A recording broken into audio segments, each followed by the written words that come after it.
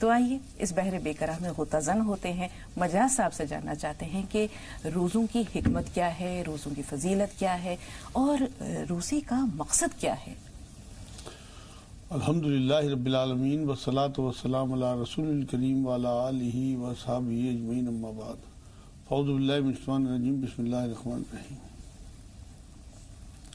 رب اشرح لی صدری ویسر لی امری واحلل عقدۃ من لسانی یفقہوا قولی، سبحان ربک رب العزۃ عما یصفون وسلام علی المرسلین والحمدللہ رب العالمین۔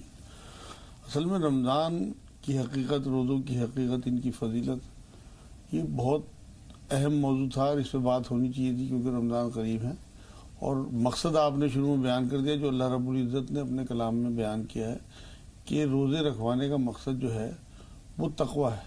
اللہ کو ہمارے بھوکے پیاسے رہنے سے کوئی فائدہ نہیں ہونے والا، بلکہ اس میں ہمارا اپنا فائدہ ہے کہ ہم اس سے متقی اور پرہیزگار بنیں۔ رمضان کے جو معنی ہیں نا اصل میں وہ بھسم کرنے والی قوت، جھلسا دینے والی کوئی طاقت، یہ ہیں لغوی میننگ جو ہیں۔ رمضان اللہ نے اس مہینے کا نام اسی لیے رکھا کہ اس مہینے میں حضور اکرم صلی اللہ علیہ وسلم ہوں، ان کی امتی ہوں، جو بھی اللہ کے حضور کھڑا ہوگا، اگر وہ تقوی کے ساتھ، پرہیزگاری کے ساتھ، اللہ کی فرما برداری کے ساتھ کھڑا ہوگا تو رمضان اس کے تمام پچھلے گناہ جھلسا دے گا، ختم کر دے گا۔ یہ ہے اصل مقصد۔ اصل میں تقوی جو ہے، تقوی ہے تو بہت چھوٹا سا لفظ، عام زندگی میں تو لوگ ڈرتے ہیں، مطلب معاشرے سے، لوگوں سے، تنہائی میں اپنی پاکیزگی، اپنے خیالوں کی پاکیزگی، اپنے بول چال کی پاکیزگی۔ رمضان ہمیں یہی چیزیں دیتا ہے کہ اللہ رب العزت نے ہمیں حلال چیزوں سے بھی روک دیا ہے۔ وجہ اس کی یہی ہے تاکہ ہم دوسروں کی جو چیزیں ہیں ان پہ ہماری نظر نہ جائے، حرام کی طرف ہماری نظر نہ جائے، اس لیے ہمیں حلال سے روکا گیا ہے، چند گھنٹوں کے لیے صحیح۔ اصل بات یہ ہے کہ جیسے ہم 11 مہینے روزوں کے علاوہ گزارتے ہیں اور اس میں اپنے جسم کو تقویت دیتے ہیں، ایک مہینہ روح کی تقویت کے لیے ہے۔ کیا بات ہے مجاز صاحب، بہت بڑی بات آپ نے کی کہ 11 مہینوں کی یہ پریکٹس ایک مہینے میں ہوتی ہے۔ فکر کی پاکیزگی، نظر کی پاکیزگی، خیالات کی پاکیزگی، دل کی پاکیزگی، روح کی پاکیزگی اور پھر جسم کی پاکیزگی۔ رسول اللہ صلی اللہ علیہ وسلم نے فرمایا کہ ہر شے کی، ہر چیز کی ایک زکوٰۃ ہوتی ہے اور جسم کی زکوٰۃ روزہ ہے۔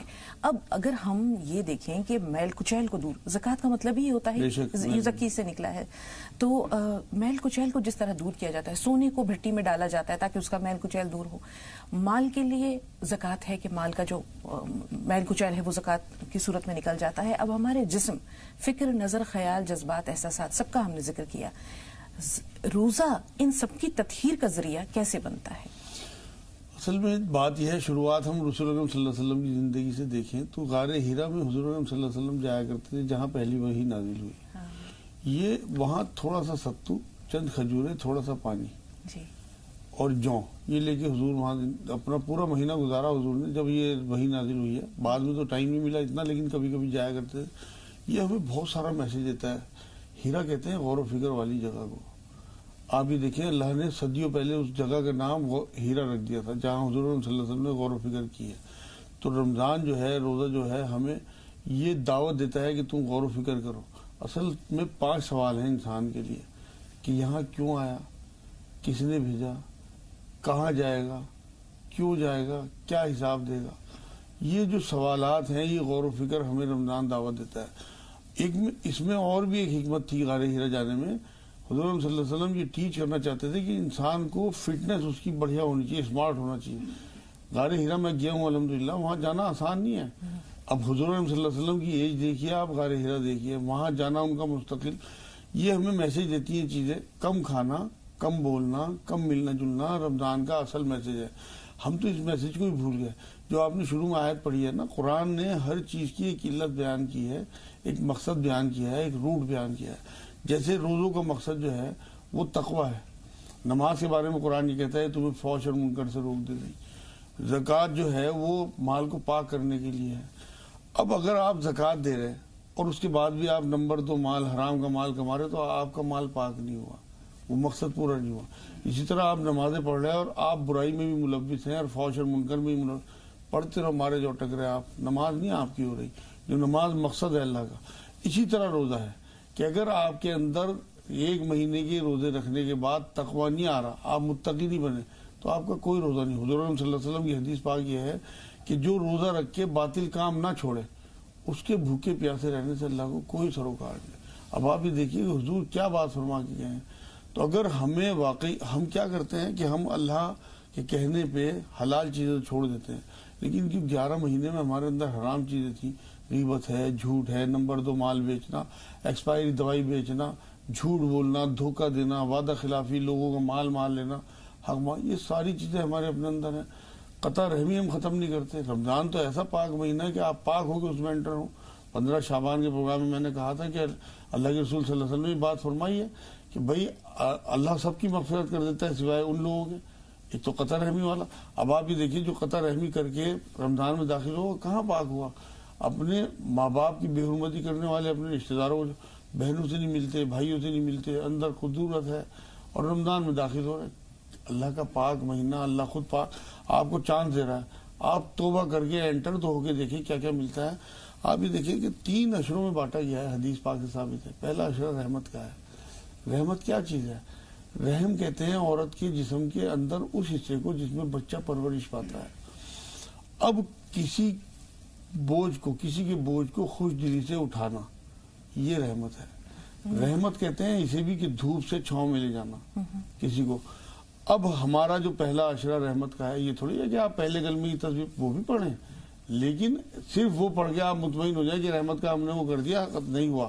بلکہ جو معاشرے کے غریب لوگ ہیں، رکشے والے، مزدور، ان کے لیے آپ پورے رمضان کا ایسا انتظام کر دیں کہ انہیں محنت نہ کرنی پڑے۔ مجھے صاحب اس پہ ہم تفصیل چاہیں گے، کیونکہ ہم دیکھتے ہیں کہ روزے کی روح یہی ہے۔ اکثر ہمارے جو غیر مسلم بھائی بہن ہیں وہ سوال کرتے ہیں کہ 30 دن بھوکا رہنے کے پس پردہ کیا مقصد ہے، کیا چیز حاصل کرنا ہے، کون سے ایسے جذبہ ہے جس کو کہ روزہ رکھنے کے بعد انسان محسوس کرتے ہیں؟ تو ہم اس پہ تفصیل سے آپ سے گفتگو چاہیں گے۔ فی الحال ابھی تو ہم نے روزے کی حکمت جانی، روزے کی فضیلت جانی، روزے کا مقصد یہ کہ روزہ اللہ تعالیٰ قبول بھی کرے۔ ہم دیکھتے ہیں کہ 3 اعمال ایسے ہیں کہ جن کی جزا اللہ تعالیٰ نے خود اپنے ہاتھ میں رکھی ہے، ان میں ایک روزہ ہے، دوسرے کسی کو اللہ کے لیے معاف کر دینا ہے۔ معاف کر دینے کا بھی جو اجر ہے وہ بے حساب ہے، اور وہ اجر کتنا ہے وہ اللہ جانتا ہے، اللہ تعالیٰ دے گا۔ تیسرا ہے صبر کرنا۔ صبر کا گھونٹ پینا آسان نہیں ہوتا، لیکن صبر کی جزا بھی اللہ نے بے حد و حساب رکھی ہے اور اپنے ہاتھ میں رکھی ہے۔ باقی تمام چیزوں کی جزا ہے کہ کسی کا 10 گنا، کسی کا 100 گنا، کسی کا 700 گنا، کسی کا اس سے بھی زیادہ۔ تو ہم یہ دیکھتے ہیں کہ جس طرح ہم نماز کے لیے طہارت حاصل کرتے ہیں، وضو کرتے ہیں، دل کا بھی ہوتا ہے، فکر و نظر کا بھی ہوتا ہے، جب اللہ کے حضور سربہ سجود ہوتے ہیں تو مکمل طور پر اپنا تزکیہ نفس کر لیتے ہیں۔ ہمارے گزشتہ راہ نجات کے ایپیسوڈ جو ہوئے ہیں ان میں نفس کی پاکیزگی کے پر بہت ساری بات ہوئی ہے، لیکن پھر اسی طرف آئیں گے مجاز صاحب کہ بڑے بڑے قوی ہیکل شیطان تو جکڑ دیے جاتے ہیں، سرکش شیاطین جکڑ دیے جاتے ہیں، لیکن یہ جو نفس ہے ہمارا، یہ بھی کسی شیطان سے کم نہیں ہے، کیونکہ سال کے 11 مہینوں میں شیطان نے اس پر اس طرح سے اپنا تسلط یا قبضہ جما رکھا ہے کہ وہ رنگ جاتے جاتے ہی جاتا ہے، بلکہ کبھی کبھی نہیں بھی جاتا ہے۔ تو ایسا روزہ جو اس رنگ کے باوجود رکھا جائے، کیا وہ مقبول ہے؟ نہیں، مقبول تو ہے۔ اصل میں بات یہ ہے ہمیں پریکٹس تو چھوڑنی نہیں ہے کسی بھی قیمت پہ، یہ سوچ کے کہ ہم گناہوں میں ملوث تھے، توبہ کریں اور اللہ سے مدد مانگیں۔ جو آپ بات کر رہی ہیں نا صبر کی، اس کے لیے قرآن کی آیت ہے کہ اللہ کی مدد چاہو صبر اور صلات سے۔ 2 نفل پڑھ کے توبہ کر کے اللہ سے انشاءاللہ داخل تو ہوں۔ لوگوں کو معاف کرنا، اصل میں بات یہ ہے کہ معاف کرنے، رمضان آ رہے ہیں، اب یہ پہلا عشرہ شروع ہوگا، تمام اپنا معاملہ چیک کر لیں کہ ہم نے کس چیز کا دل دکھا رکھا، ان تمام لوگوں سے معافی مانگ لیں، اور جس نے آپ کا دل دکھایا انہیں اللہ کے لیے معاف کر دیں۔ روزہ جو ہے نا وہ لوگوں کو معاف کر کے اللہ سے، اللہ کے حضور معافی کے لیے پیش ہونا روزہ ہے۔ پہلے عشرے میں تو میں نے آپ کو بتایا ہے کہ اس طرح سے لوگوں کو معافی کے ساتھ اور لوگوں کے لیے رحمت بن کے مطلب آگے بڑھنا ہے۔ دوسرا جو آپ معافی کی بات کر رہی ہیں، یہ مغفرت، غفور الرحیم کہا اللہ رب العزت نے اپنے آپ کو۔ یہ جو مغفرت ہے نا، یہ بنا ہی معاف کرنے سے ہے۔ تو لوگوں کو جو معاف کرنا ہے، جب اللہ اپنے آپ کو غفور الرحیم کرنا ہے، اللہ کی وہ سنت ہم نے اختیار کرنی ہے کہ ہمیں اپنے تمام رشتہ داروں سے دل میں جو قدورت ہے اسے دور کرنی ہے، اور پاک صاف ہو کے اس رمضان میں داخل ہونا ہے۔ روزوں اصل میں مزہ ہی تب آئے گا۔ آپ یہ دیکھیں کہ روزوں کا مزہ اگر آپ کے اندر تقویٰ نہیں ہے، کوئی نہیں آ سکتا آپ کو، کیونکہ بات یہ ہے کہ میڈیم ہے روزہ، تو اصل مقصد تقویٰ ہے۔ اگر آپ صرف میڈیم پہ دھیان دیں گے تو یہ تو ریچول ہوا۔ روح جو ہے نا، ہر چیز کی ایک روح ہوتی ہے. روزے کی جو روح ہے وہ متقی ہونا ہے، پرہیزگار ہونا ہے. اگر آپ نے 11 مہینے وہی کام کرتے رہے آپ، اور ایک مہینے میں آپ نے آگے لوگوں کو دکھانے کے لیے روزے رکھ لیے، تو یہ ریچول ہے. اندر آپ کی تبدیلی آنی چاہیے، آپ کو لگنا چاہیے کہ ہاں میں واقعی. اور اس کا بہترین طریقہ یہ ہے کہ تیسرا عشرہ جو آتا ہے نا، آخر کا عشرہ، آگ سے نجات، اس میں آپ کو اپنے اندر محسوس ہونا چاہیے کہ واقعی میں نجات ہو گئی نہیں ہو گئی. اس کا بہترین طریقہ یہ ہے کہ آپ اپنا دل چیک کریں، اپنا وجود چیک کریں کہ اس میں سے لوگوں کے لیے جلن تھی، حسد تھی، بدلے کا جو جذبہ تھا وہ سب نکل گیا نہیں نکل گیا. میرے اندر سے جھوٹ، غیبت نکل گئی نہیں نکل گئی. اگر نکل گئی تو یہ واقعی آپ کے روزے اللہ تک پہنچ گیا، یہ تحفے ہیں. اور اگر نہیں نکلی تو ابھی گند باقی ہے، اسے دھونے کی ضرورت ہے. اسے سال کے بقیہ دنوں میں صاف کرنے کی کوشش کریں. حضرت عمر فاروق کا واقعہ ہے، عید کے دن رو رہے ہیں بیٹھے ہوئے. اب صحابہ نے دریافت کیا کہ امیر المومنین کیا بات ہے، آج تو خوشی کا دن ہے، آج آپ رو رہے ہیں. تو انہوں نے کہا میں نے روزے تو رکھے ہیں لیکن نہ جانے وہ اللہ کی بارگاہ میں قبول ہوئے کہ نہ. تو آپ یہ دیکھیں کہ یہ وہ صحابہ کرام ہیں کہ ان کو اپنے اعمال کی قبولیت کا یا اپنے روزوں کی قبولیت کا کتنا خیال پاس و لحاظ تھا. اور ہم یہ سوچتے ہیں 30 روزے ہو گئے، ہاں بھائی اللہ کا شکر ہے ہو گئے. یا ہم بار بار کبھی کبھی یہ کہتے ہیں کہ بھائی گرمی کا موسم ہے، آج روزہ بہت لگ رہا ہے، یا کل سحری کھانا بھول گیا، اب آج روزہ بہت ستا رہا ہے. تو اس طرح کے کلمات روزے کی روح کو مجروح کر دیتے ہیں. اس پہ انشاءاللہ ہم کل گفتگو کریں گے. ابھی آپ نے بتایا کہ روزہ جو ہے خاص طور پر اللہ کی رحمت کا بھی مظہر ہے اور اللہ کے بندوں کے لیے رحمت کا پیکر بن جانے کا بھی پیغام دیتا ہے. بہت سے اللہ کے بندے ہیں جنہیں نان شبینہ 2 وقت کی روٹی بھی میسر نہیں ہے.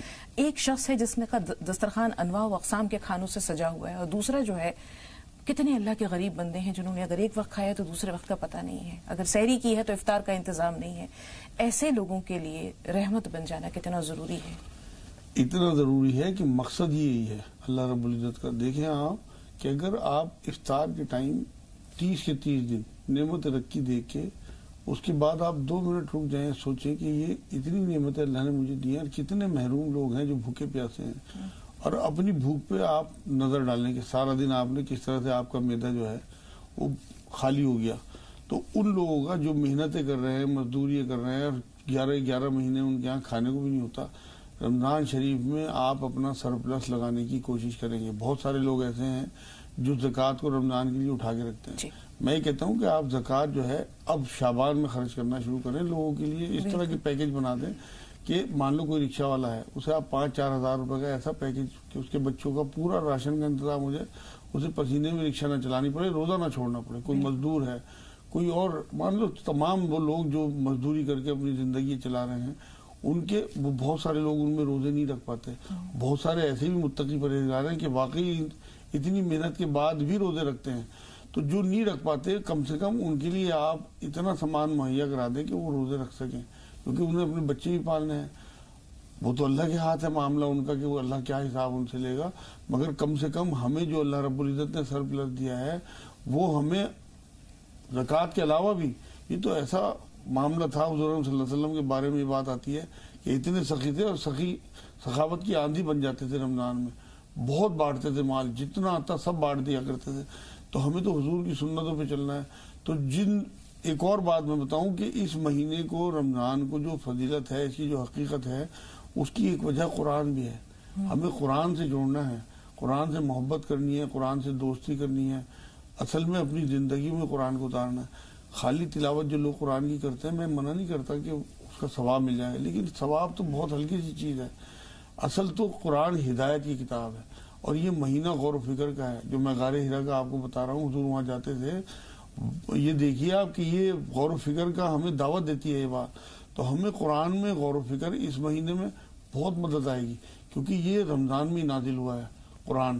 آپ یہ دیکھیے پہلی وحی جو ہے رمضان میں آئی، حضور کی نبوت کا ظہور رمضان میں ہوا، قرآن پورا کا پورا لوح محفوظ سے پہلے آسمان پہ رمضان میں اتارا گیا، پھر 23 سال کی زندگی میں حسب معمول اللہ جیسی بھی ضرورت ہوئی حضور اکرم صلی اللہ علیہ وسلم کے قلب اطہر پہ نازل ہوا، لیکن ایک بار میں رمضان میں ہی نازل ہوا. آپ یہ دیکھیں کہ اگر ہم قرآن سے جڑتے ہیں تو اتنا ہمارا فائدہ ہوگا باقی کی زندگی میں کہ ہمیں ہدایت مل جائے گی. ہدایت نامہ ہمارے پاس ہے. آخری عشرے میں اللہ رب العزت نے اور 2-3 چیزیں رکھی ہیں. ایک تو ہے لیلۃ القدر. یہ ایسی رات ہے جو 1000 مہینوں سے زیادہ افضل قرآن کی آیت ہے. اس کے بارے میں قرآن کی آیت اتری بھی ہے. تو اس لیے اس کی بہت ہمیں انتظار بھی، تلاش بھی، سب کچھ. ایک اور چیز ہے اللہ رب العزت نے آخری عشرے میں ہمیں دی ہے، وہ اعتکاف. اعتکاف ایسی عبادت ہے جو صرف رمضان سے جڑی ہوئی ہے. تو رمضان کی فضیلت کو اعتکاف بہت بڑھا دیتا ہے. اعتکاف ہے کیا اصل میں؟ 10 دن کے لیے آپ مسجد میں پڑ گئے 2-4 کپڑے لے کے اللہ کے حضور، اور یہ احساس آپ کے دل میں جگانا اللہ کا مقصد ہے کہ آپ 10 دن یہاں پڑے رہے، آپ کا کاروبار، آپ کا گھر، آپ کے بچے، اور سارا کچھ روٹین میں چلتا ہے. آپ کے بچے اسکول بھی جا رہے ہیں، دکان بھی کھل رہی، پیسے بھی آ رہے ہیں، سب کچھ. آپ نہیں ہو. اس کا مطلب یہ ہوا کہ اللہ چلا رہے سارا کچھ. آپ جب نہیں ہوگے، سب کے بیچ سے اوپر چلے جاؤ گے، تب بھی یہ سب کچھ اسی طرح چلتا رہے گا. آپ کو اپنی نفی سکھاتا ہے اعتکاف. بالکل. مجاز صاحب کہتے ہیں کہ قیامت کے دن جب کہیں کوئی سایہ نہیں ہوگا، وہاں عرش الہی کے سائے میں جو لوگ ہوں گے ان میں سے ایک وہ شخص بھی ہوگا کہ جس کا دل مساجد میں اٹکا رہتا ہے. تو رمضان کا تعلق مساجد سے بھی ہے. 5 وقتہ لوگ نماز پڑھتے ہیں، تراویح کی نماز ادا کرتے ہیں. اس کے علاوہ ہم یہ دیکھتے ہیں کہ جتنی دیر آپ مسجد میں ہیں، آپ چھوٹا سا اعتکاف کی نیت کر لیں. اعتکاف کی نیت کر کے نوافل پڑھ لیں، قرآن پاک پڑھ لیں. جیسے آپ نے قرآن پاک کی فضیلت کا ذکر کیا یا قرآن پاک کے اجر و ثواب کا ذکر کیا، رمضان المبارک میں جتنی زیادہ تلاوت کی جائے اتنی کم ہے. ایک شخص رسول پاک صلی اللہ علیہ وسلم کے پاس حاضر ہوا اور کہا کہ یا رسول اللہ، میں قرآن پاک پڑھنا چاہتا ہوں. تو رسول پاک نے کہا کہ تم اسے 40 دن میں ختم کر لو. اس نے کہا مجھے اور طاقت ہے. تو رسول اللہ صلی اللہ علیہ وسلم نے فرمایا 30 دن میں ختم کر لو. اس نے کہا مجھے اور طاقت ہے، میں اور پڑھ سکتا ہوں. کہا 25 دن. تو اس کے بعد اس نے کہا کہ میں اور بھی پڑھ سکتا ہوں. ہوتے ہوتے 20، 15، 10. پھر اس نے کہا کہ مجھے اور بھی طاقت ہے، میں اور بھی پڑھ سکتا ہوں. تو رسول اللہ صلی اللہ علیہ وسلم نے فرمایا کہ ٹھیک ہے 3 دن میں ختم کرو. یہ ان لوگوں کے لیے ہے جو اہل کتاب ہیں. مجاز صاحب مفہوم بھی جان رہے ہیں.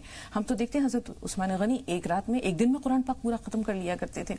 تو ہمارے لیے یہ پیغام ہے کہ 3 دن سے کم میں قرآن مجید ختم نہ کیا جائے. ورتل القرآن ترتیلا، قرآن کی ٹھہر ٹھہر کر.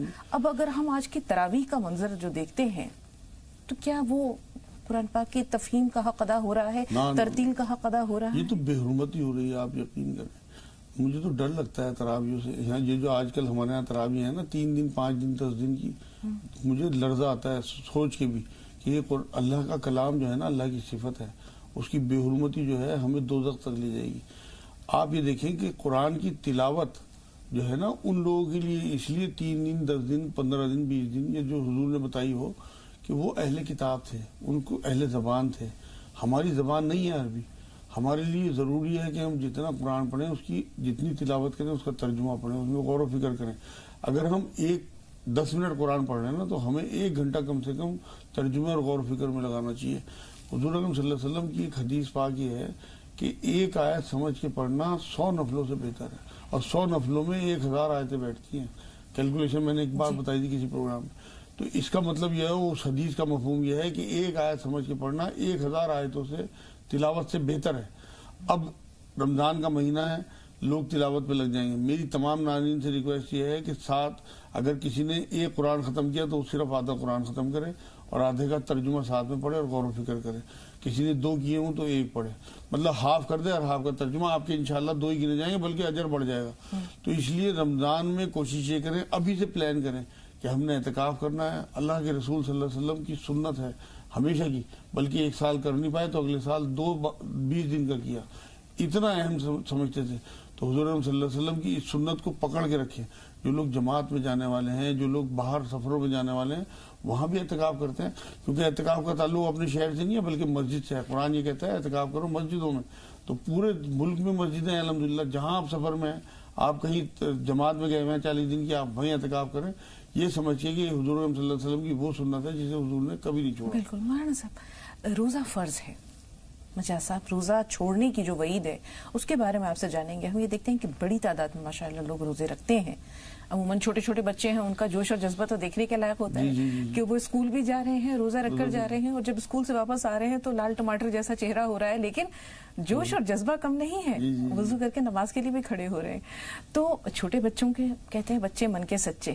سچ پوچھیے، واقعی وہ دل کے سچے ہوتے ہیں. لیکن بہت سے لوگ ایسے ہوتے ہیں جو مختلف ہیلے بہانے کر لیتے ہیں اور مختلف عذر پیش کرتے ہیں، اور عموماً یہ عذر لنگ ہوتے ہیں جس کو لیم ایکسکیوزز کہتے ہیں. تو ایسے لوگ جو روزہ چھوڑ دیتے ہیں بنا کسی شرعی مجبوری کے، ان کے لیے کیا سزا ہے؟ کیا اصل میں بات یہ ہے نا، ایک حدیث مجھے یاد آ رہی ہے کہ حضور صلی اللہ علیہ وسلم ممبر شریف پہ چڑھ رہے تھے اور اس ٹائم حضور نے 3 لوگوں کا ذکر کیا تھا. اس میں ایک وہ بھی تھا کہ جو رمضان کو پائے اور اس میں اس کی مغفرت نہ ہو، ایسے انسانوں کے لیے حضور نے فرمایا ایسوں کی ہلاکت ہو، اور اس میں جبرائیل علیہ السلام نے آمین کہا تھا. اب آپ یہ دیکھیں کہ جو لوگ اس رمضان کی اہمیت نہیں سمجھ رہے، اور یہ تو ایسے فضیلت کے جو مئی اور جون کے روزے ہیں، یہ تو اتنے اجر والے روزے ہیں کہ آپ کے پچھلے تمام گناہ جو ہے نا، وہ جو میں نے شروع میں بتایا بھسم کر دیں گے. آپ کے تمام گناہ جلا دیے جائیں گے اگر آپ نے یہ روزے رکھ لیے. جس طرح سے آپ دن میں جلو گے نا دھوپ میں، آپ یہ اپنے گناہ جلا رہے ہو، کیونکہ بھسم کرنے والی چیز ہے رمضان. اور جو لوگ اس کی اہمیت نہیں سمجھتے، جان بوجھ کے روزے چھوڑتے ہیں، وہ یہ سمجھ لیں کہ اللہ کی آیتوں کی مذاق اڑا رہے ہیں، اللہ کے حکموں کی مذاق اڑا رہے ہیں. فرما برداری یہی ہے کہ جو حکم اللہ نے ہمیں دیے ہیں، 30 روزے کوئی معنی نہیں رکھتے. اللہ آپ کو اس کے ذریعے استقامت سکھاتا ہے. ایک روزہ تو غیر مسلم بھی رکھ لیتے ہیں، کوئی مسئلہ نہیں. بہت اصل جو ہے جذبے سے وہ بھی رکھتے ہیں، شوق سے. جی جو کنٹینیوٹی ہے، یہ استقامت ہے، یہ ہے اصل چیز. 30 دن تک اللہ رب العزت کے کہنے کی وجہ سے اگر آپ روزے رکھ لیتے ہیں تو اس کا بدلہ اللہ دے گا. حدیث پاک سے ثابت ہے. اور اللہ کی شان کو ہم اندازہ نہیں کر سکتے، کتنی بڑی شان ہے، کیسا اجر وہ ہمیں دے گا، کیا ہمارے لیے مہیا کر دے گا، تصور نہیں کر سکتے لوگ. اصل میں ہم تو اللہ کو یہ سمجھتے ہیں نا ہم جیسی کوئی چیز ہوگی. اللہ کو تو نہ حدود میں باندھا جا سکتا ہے، نہ اس کے بارے میں تصور کیا جا سکتا ہے. ہمارا تو وجود ہی نہیں ہے اس بارے میں سوچنے کا بھی کہ ہم اللہ کے بارے میں. بالکل مجاز صاحب، اسی لیے تو روزے کی جزا اللہ نے اپنے ہاتھ میں رکھی ہے کہ یہ بندے اور اللہ کے درمیان ایک راز ہے. بالکل. آپ یہ دیکھیں نا، وضو کرتے ہوئے انسان اگر ایک گھونٹ پانی پی لے، کون دیکھ رہا ہے اسے، لیکن یہ ڈر اسے کہ میرا اللہ دیکھ رہا ہے، یہ چیز دلاتا ہے کہ اللہ خود اس کا اجر دیں گے کہ میری وجہ سے بچا رہا. بالکل. انشاءاللہ بقیہ باتیں کل آپ سے ضرور جانیں گے استقبال رمضان کے بارے میں. علینا فون لائن پر موجود ہیں، بجنور سے بول رہی ہیں. جی علینا، سوال بتائیے. ہیلو بھائی، السلام علیکم. وعلیکم السلام. باجی آپ مجھے بہت اچھی لگتی ہو اور آپ کی باتیں بھی مجھے بہت اچھی لگتی ہے. باجی میرے 3 سوال ہیں، پلیز فون مت کاٹنا باجی. نہیں سوال بتائیے. میرا سوال یہ ہے باجی، ہمارے گھر میں نا بہت وہ آ رہی ہے، کیڑیاں آ رہی ہیں، تو باجی اس کا کیا وہ ہے؟ اور باجی دوسرا سوال یہ ہے باجی، جیسے یہ گائے کھاتے ہیں اور بکرا اور مچھلی کھاتے ہیں، کیا یہ جائز ہے؟ تیسرا سوال یہ ہے، مجھے ولیہ نام کے معنی معلوم کرنے ہیں اور حمیرہ نام کے معنی معلوم کرنے ہیں. ٹھیک ہے، تھوڑا سا انتظار علینا. سالار بھائی کا سوال لے لیں. جی سالار بھائی. السلام علیکم. وعلیکم السلام ورحمۃ اللہ وبرکاتہ. جی باجی سوال 2 ہے. پہلا سوال تو یہ ہے کہ میرا کچھ کم 4 سال کا پوتا ہے اور وہ ناک میں سے اس کے 8 دن 4 دن یا 2 دن 3 دن کو ناک میں سے خون بہتا ہے. جی. اب سوال دوسرا یہ ہے باجی کہ جیسے آج 5 مئی ہے اور یہ چاروں طرف یہ 5 مئی رہتا ہے، اور ہم جب رمضان لگ جاتے ہیں تو پھر ہم سعودیہ کا کیوں راستہ دیکھتے ہیں؟ ہم سے 1 دن پہلے کیوں منایا جاتا ہے؟ کیونکہ تاریخ تو چاروں طرف ایک جیسی ہوتی ہے. ٹھیک ہے سالار بھائی، آپ کے سوالات بہت یونیک ہوتے ہیں، اچھوتے ہوتے ہیں اور اچھا لگتا ہے آپ کے سوالات سے. تھوڑا سا انتظار. علی سے مسکان ہمارے ساتھ ہیں. جی مسکان بتائیے. جی میرا نام مسکان ہے. جی مسکان، ہم جانتے ہیں آپ کا استقبال ہے، فرمائیے سوال کیا ہے؟ جی میرا سوال یہ ہے کہ میری نا باجی کے پیروں پہ بہت سوجن رہتی ہے، اترتی ہے اور چڑھتی ہے اور بہت درد بھی رہتا ہے باجی کے پیروں میں. ٹھیک ہے، بس یہی ایک سوال ہے. جی احسن سے بات کر رہے ہیں، بریلی سے ہیں. جی فرمائیے احسن، سوال کیا ہے؟ السلام علیکم. وعلیکم السلام ورحمۃ اللہ وبرکاتہ. جی احسن. جی میرا سوال یہ ہے، بہت سے لوگ پوچھتے ہیں کہ قرآن صرف عربی لینگویج میں کیوں آیا ہے، تو ہم انہیں کیا کریں؟ ابھی آپ کی تعریف ہو رہی تھی کہ احسن کے سوالات بھی ماشاءاللہ بہت اچھے ہوتے ہیں. چلیے آپ کے سوال سے آغاز کر رہے ہیں. قرآن پاک عربی زبان میں ہی کیوں اترا؟ اصل میں اللہ کی سنت یہ ہے کہ جس علاقے میں اس نے نبی بھیجا انہی لوگوں میں سے نبی کو اٹھایا اور انہی ہی زبان میں. اب عرب میں حضور صلی اللہ علیہ وسلم کو بھیجا. اگر اللہ رب العزت کسی اور زبان میں قرآن کو بھیجتے تو وہاں کے لوگ سمجھ نہ پاتے. تو قرآن کیونکہ آخری کتاب تھی، حضور صلی اللہ علیہ وسلم آخری نبی تھے اور بہت بڑے علاقے میں ان کی تبلیغ ہونی تھی، تو قرآن کو عربی زبان میں اتارنے کا مقصد یہی تھا کہ وہاں کے لوگ جو بہت زیادہ بگاڑ آیا ہوا تھا، وہ قرآن کی آیتیں عربی میں سن کے انہیں لگے کہ ہاں یہ اللہ کا کلام ہے. تو جس علاقے میں نبی آتے ہیں، جس زبان وہاں جو زبان بولی جاتی ہے اسی زبان میں کلام اترتا ہے پچھلے تمام انبیاء کی یہی سنت رہی ہے. تو عرب میں آئے تو اس لیے عربی زبان. اور ایک اور بہت بڑی اہم بات یہ ہے مولانا صاحب کہ اہل عرب کو اپنی زبان کی فصاحت اور بلاغت پر بہت ناز تھا، اور یہ ہر زبان جو ہے وہ یعنی بتدریج اپنے ارتقاء کو پہنچتی ہے. تو عربی زبان اس مقام کو پہنچ چکی تھی کہ اس کے بعد اس میں کسی اضافے کی گنجائش نہیں تھی، بہت فصیح تھی، اور خود انہیں وہ اہل فخر کرتے تھے، اور اہل فارس کو جو ہے وہ عجمی یا عجم گونگا کہتے تھے.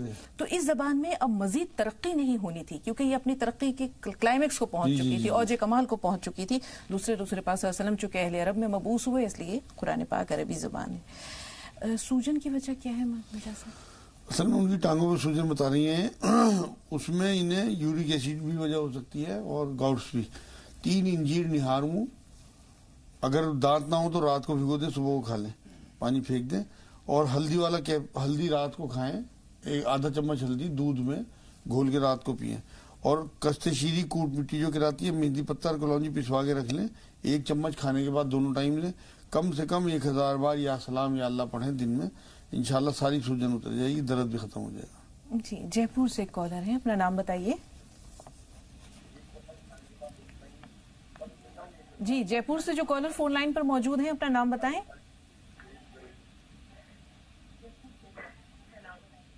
منی نام ہے میرا، جی میں جے پور سے بول رہی ہوں. السلام علیکم سب کو. اور بہت اچھا پروگرام ہے آپ کا پروگرام دیکھتے مجھے بہت سکون ملتا ہے، میں دیکھتی ہوں تو میرا منی صاحب ٹی وی کی آواز بند کر دیجئے، ٹی وی کی آواز تھوڑی دیر کے لیے بند کر دیجئے جتنی دیر آپ سوال بیان کر رہی ہیں. ہاں تو میں یہ کہہ رہی ہوں، جیسے اب ہماری عمر ہو چکی اور میرا آدمی ہے جو شکیہ زیادہ ہے، تو ہر وقت کوئی بات ہو تو شک زیادہ کرتے ہیں. اچھا ہاں، جیسے شک زیادہ کرتے ہیں. ہاں تو یہ بتاؤ، اگر میں صحیح چل رہی ہوں اور اپنا گھر سنبھال رہی ہوں تو آدمی شک کر رہا ہے، پھر میں کچھ کہوں آدمی سے تو جان میری گنہگاری کیا بات ہے؟ ٹھیک ہے جی مجاز صاحب، کیا کیا جائے؟ اب یہ گھر بھی سنبھال رہی ہیں، عمر بھی اس دور کو پہنچ چکی ہے جہاں یہ شک سے بالاتر ہو جاتی ہیں، پھر ایسے میں شک کرنا بس وہ تو اصل میں یہ خود ہی انہوں نے کہہ دیا کہ میرا آدمی سٹھیا گیا ہے. اس ایج میں آگے کئی بار آدھا کام نہیں کرتے، ان کا دماغ بھی صحیح طرح کام نہیں کر رہا ہوگا. تو یہ صبر کریں اور اپنے آدمی کی اہمیت رکھیں، اور یہ سمجھیں اس بات کو کہ ان کا دماغ صحیح طرح کام نہیں کر رہا. جس طرح گھر سنبھال رہی ہیں سنبھالتی رہیں، اصل میں تو اس کی فکر کریں جنہیں انہیں حساب دینا ہے، اور وہ اللہ رب العزت ہے. لوگوں کی پرواہ نہ کریں، ان کے لیے دعا کریں. اور یا ولی جمعرات کی رات کو 1000 بار پڑھ کے ان کے لیے دعا کیا کریں. 1 آملے کا مربع انہیں رات کو کھلایا کریں. انشاءاللہ ان کا دماغ کافی ٹھیک ہو جائے گا. اور لڑے نہ ان سے، بلکہ صبر اور صلات سے صبر کریں، اور اللہ سے 2 نفل پڑھ کے ان کے لیے دعا کیا کریں. انشاءاللہ ٹھیک ہو جائیں گے انشاءاللہ. مظاہر بھائی بریلی سے. جی مظاہر بھائی. وعلیکم السلام. جی میرا یہ سوال ہے، جیسے مسجد میں نماز ادا کرنے جاتا ہوں تو نیت باندھتے ہی اواسی آنا شروع ہو جاتی ہیں اور برے خیالات آنا شروع ہو جاتے ہیں. اور دوسرا سوال میرا یہ ہے، میں جب مسجد میں اذان دیتا ہوں تو ایک دم ڈاگیز رونے لگتے ہیں. اچھا، میری اذان پہ ایسا ہوتا ہے اور کیوں نہیں ہوتا؟ جی ایسا کیوں؟ یہ تو سبھی کی اذان پہ ہوتا ہے. یہ غلط فہمی ہے. اصل میں جو حضور صلی اللہ علیہ وسلم کی احادیث سے بات ثابت ہے کہ شیطان کتوں میں بھی گھر کرتے ہیں اپنا. تو اذان کی آواز سے شیطان بھاگتا ہے. تو وہ میں اکثر فجر کی اذان سنتا ہوں نا جب، تو اس ٹائم کتے بھونکنے شروع کر دیتے ہیں.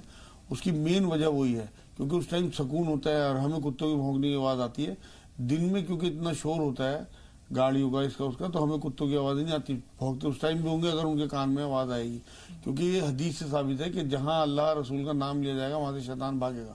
تو یہ تو ان کی غلط فہمی ہے. دوسرے انہوں نے پوچھا تھا کہ وسوسے آتے ہیں، جمبائی آنے لگتی ہے. اس کے لیے بہترین طریقہ ہے کہ صبح کو بستر پہ بیٹھے بیٹھے آنکھ کھلتے ہی 10 بار اعوذ باللہ من الشیطان الرجیم پڑھیں جب پیر اتاریں. اور دن میں جب بھی کبھی نماز کی حالت میں یا ویسے بھی جمبائی آئے یا ویسے سستی آئے یا نماز کی طرف سے غفلت ہو تو فوراً اعوذ باللہ من الشیطان الرجیم پڑھنا شروع کر دیں نماز کے بیچ میں بھی. تو انشاءاللہ کچھ دنوں میں یہ کیفیت ان کی ختم ہو جائے گی. جی 2 کالرز اور ہیں اور علینا اور سالار بھائی کے سوال محفوظ ہیں. الیاس قاضی، جی فرمائیے آپ کا سوال کیا ہے؟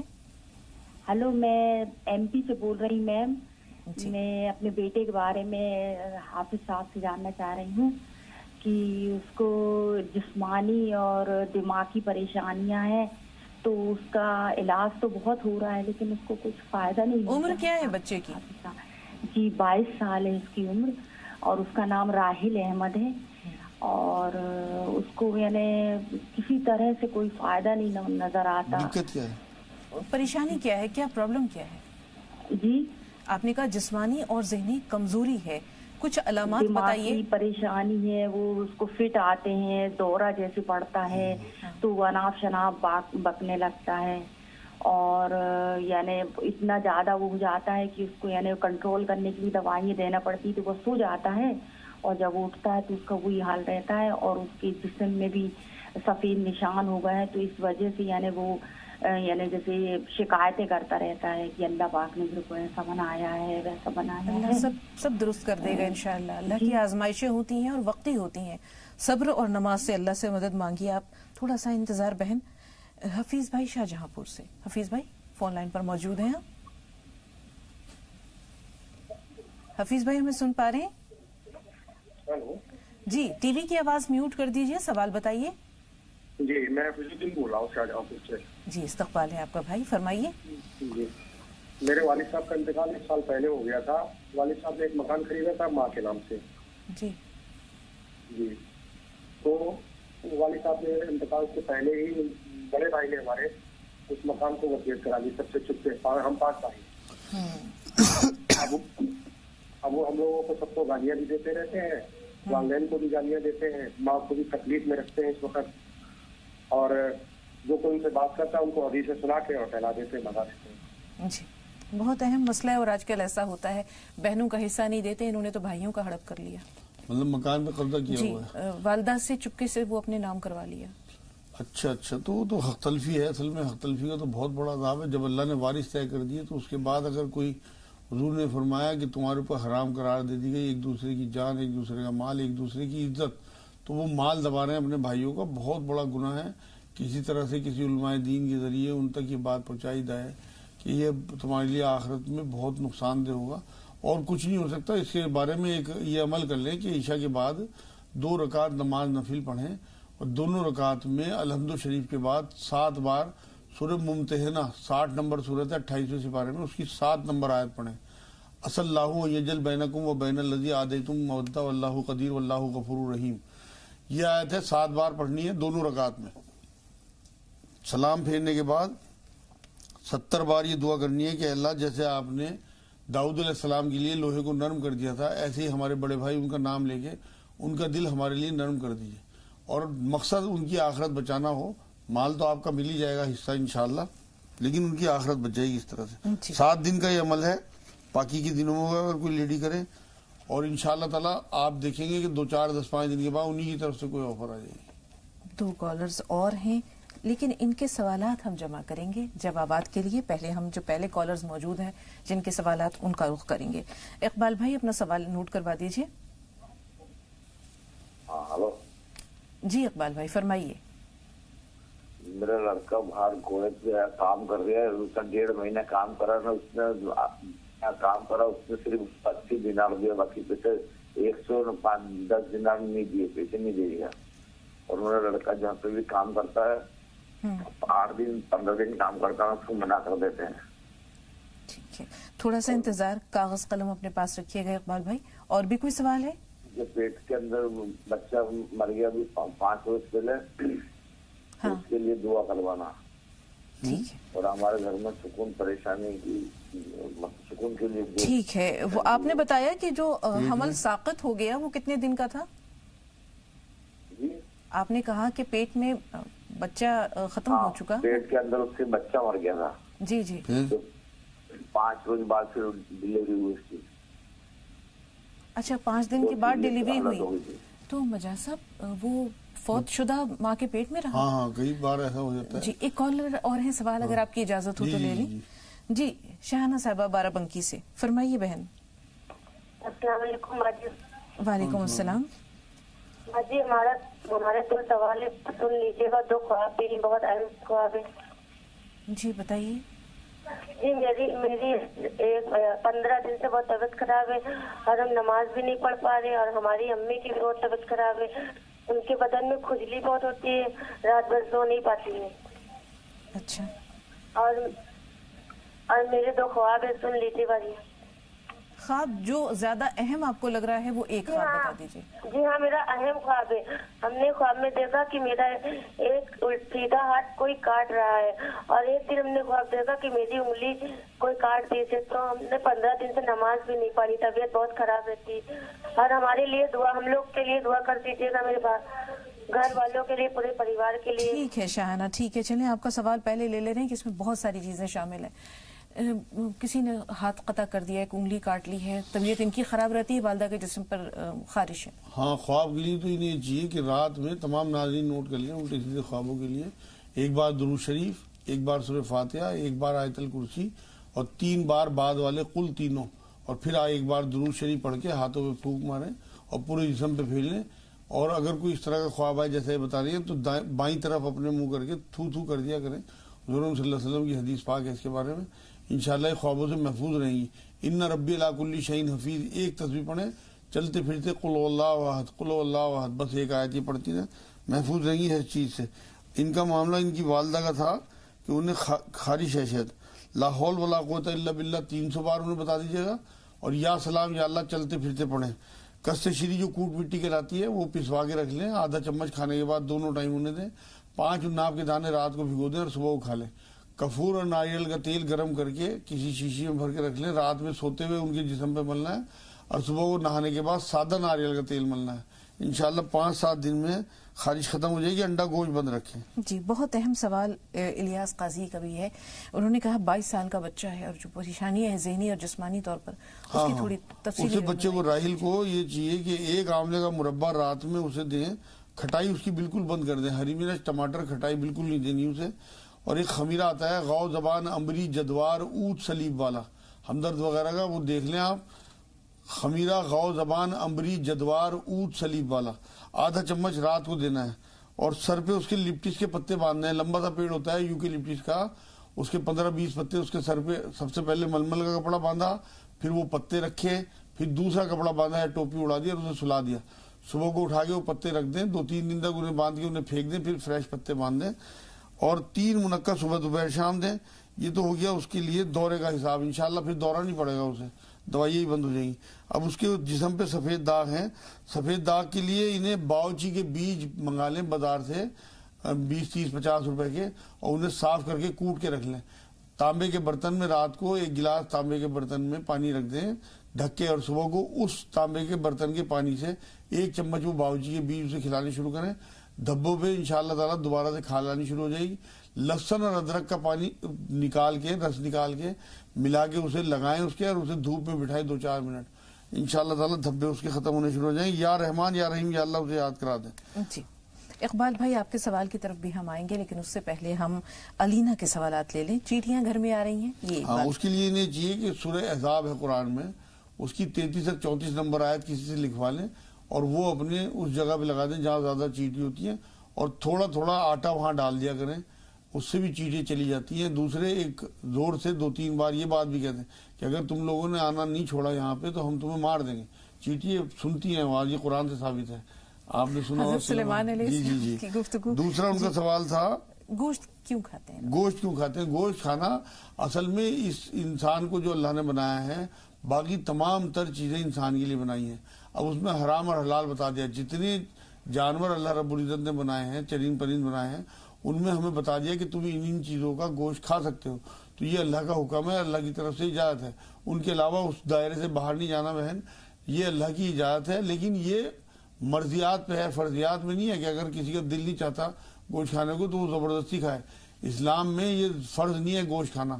تو بہت سارے لوگ میری نظر میں بھی ایسے ہیں, میرے قریبی لوگ, جو گوشت نہیں کھاتے. تو اگر کوئی یہ کہ ضروری ہے, ایمان کا حصہ ہے, تو بیکار کی بات ہے. کھانا چاہیے, اللہ کے رسول صلی اللہ علیہ وسلم کھاتے تھے تو سنت ہے کھانا.